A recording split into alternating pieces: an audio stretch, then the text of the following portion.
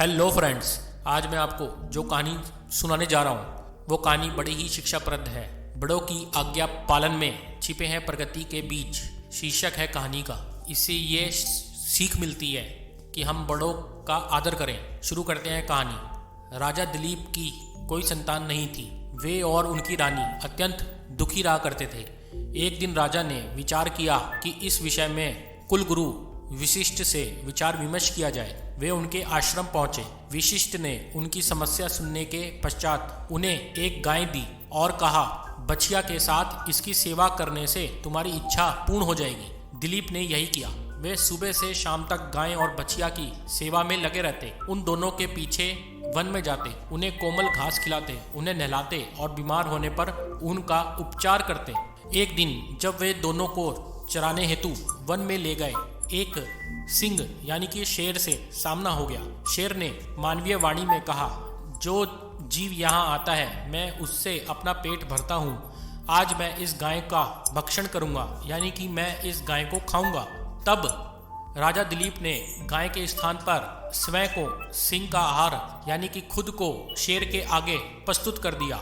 शेर बोला, राजन, आप प्रजा के प्राणी हैं। आप क्यों एक गाय के लिए मृत्यु को प्रस्तुत होते हैं? आप चाहें तो अपने गुरु को ऐसी लाख गायें दान में दे सकते हैं। मगर गुरु के आज्ञा पालक राजा दिलीप अपने फैसले पर अटल रहे। अतः में शेर उनके भक्षण हेतु तैयार हो गया और राजा दिलीप नेत्र बंद कर भूमि पर लेट गए।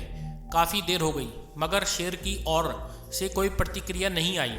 तब राजा ने नेत्र खोले तो देखा कि वहां शेर के स्थान पर कामधेनु गाय खड़ी थी। वह बोली, राजन, मैं तुमसे इतनी प्रसन्न हूँ कि आप मुझसे दूध लें और उस दूध को स्वयं पीकर महारानी को भी पिला दें। आपके घर अवश्य ही पुत्र होगा। किंतु दिलीप ने बछिया को बिना पिलाए और गुरु से आज्ञा लिए बगैर ही दुहाने यानी कि दूध पिलाने से इनकार कर दिया। शाम को वशिष्ठ जी ने यज्ञ हेतु दूध निकालकर राजा व महारानी को दिया। कहते हैं कामधेनु के आशीर्वाद से दिलीप के घर रघु का जन्म हुआ, जिनके नाम से सूर्यवंश का नाम रघुवंश पड़ा। गुरुजनों व परिजनों की आज्ञा का पालन हमारा नैतिक दायित्व है। ऐसा करने से हमें अपने जीवन को उचित ढंग से संवारने का अवसर मिलता है। इस कहानी के उत्तम विचार है, हमें हमेशा अच्छी पुस्तकें पढ़नी चाहिए जो आशा से खोली जाए और लाभ से बंद की जाए। उत्तम विचार यह है कि अच्छी पुस्तक वो है जो आशा से खोली जाए और लाभ से बंद की जाए। इस कहानी से हमें यह सीखने को मिलता है कि हमें अपने गुरुजनों की बातों को मानना चाहिए, आज्ञा का पालन करना चाहिए और उनका अनुसरण करके हम सब कुछ प्राप्त कर सकते हैं। अगर आपको कहानी अच्छी लगी हो तो please subscribe my channel. Thank you very much.